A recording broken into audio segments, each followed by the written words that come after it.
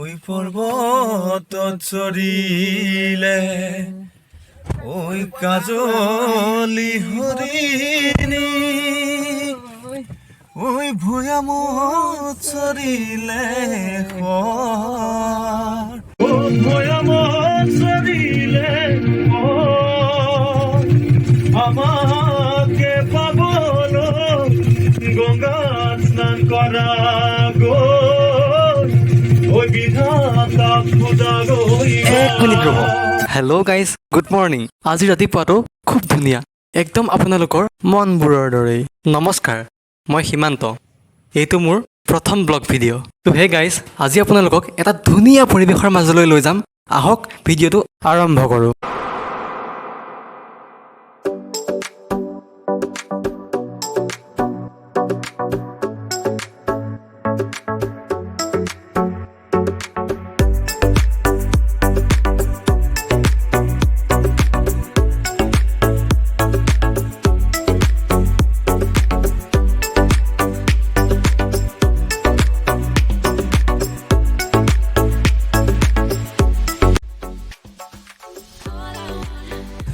ওই ভূয়াম চড়িলে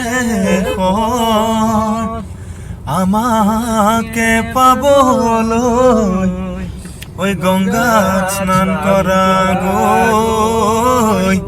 ওই বিধাতা খোঁজা গো।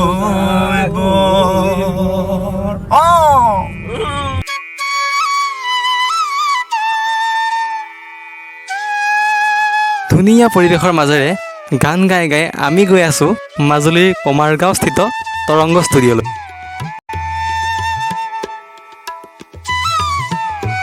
দাদাৰ এটা সুন্দৰ বিহু গান আজি ফাইনেল ডাবিং কৰিম, লগতে আপোনালোকক দেখুৱাম ষ্টুডিঅ'ত কেনেদৰে গান ৰেকৰ্ড কৰা হয়। ব'লক।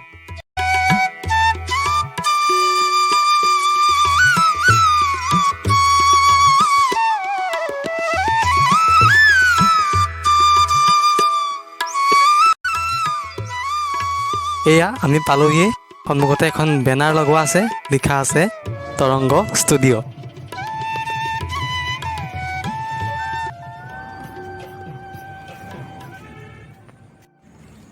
পদূলিত উপস্থিত হৈ কিবা এটা মিউজিকেল ফিল আহি গৈছে। ব'লক ভিতৰলৈ সোমাই যাওঁ।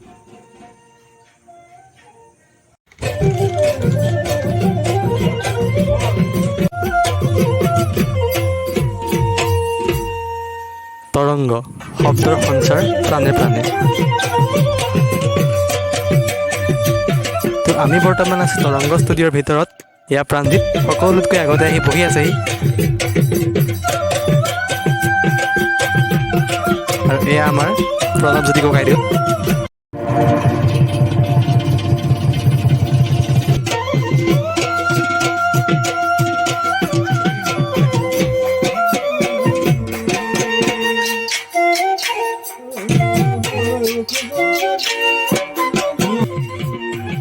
এক সুন্দৰ সংগীতময় পৰিৱেশ। সংগীত ভাল পোৱা কোনো এজনে হয়তো জীয়াই থকাৰ সকলো সুখ ইয়াতেই বিচাৰি পাব।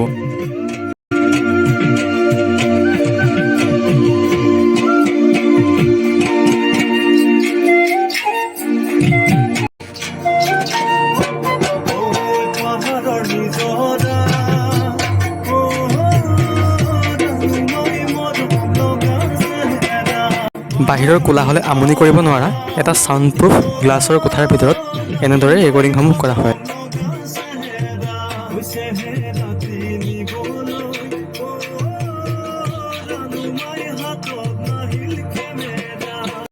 তো গাইজ, তৰংগ ষ্টুডিঅ'ৰ অফিচিয়েল ইউটিউব চেনেলটোতে দাদাৰ গানটো মুক্তি দিয়া হ'ব। চেনেলৰ লিংকটো মই ডেছক্ৰিপশ্যনত দি দিম, আপোনালোকে ছাবস্ক্ৰাইব কৰি দিব। লগতে মোৰ ভিডিঅ'টো এটা লাইক কৰি চেনেলটো ছাবস্ক্ৰাইব কৰি দিবলৈ নাপাহৰিব।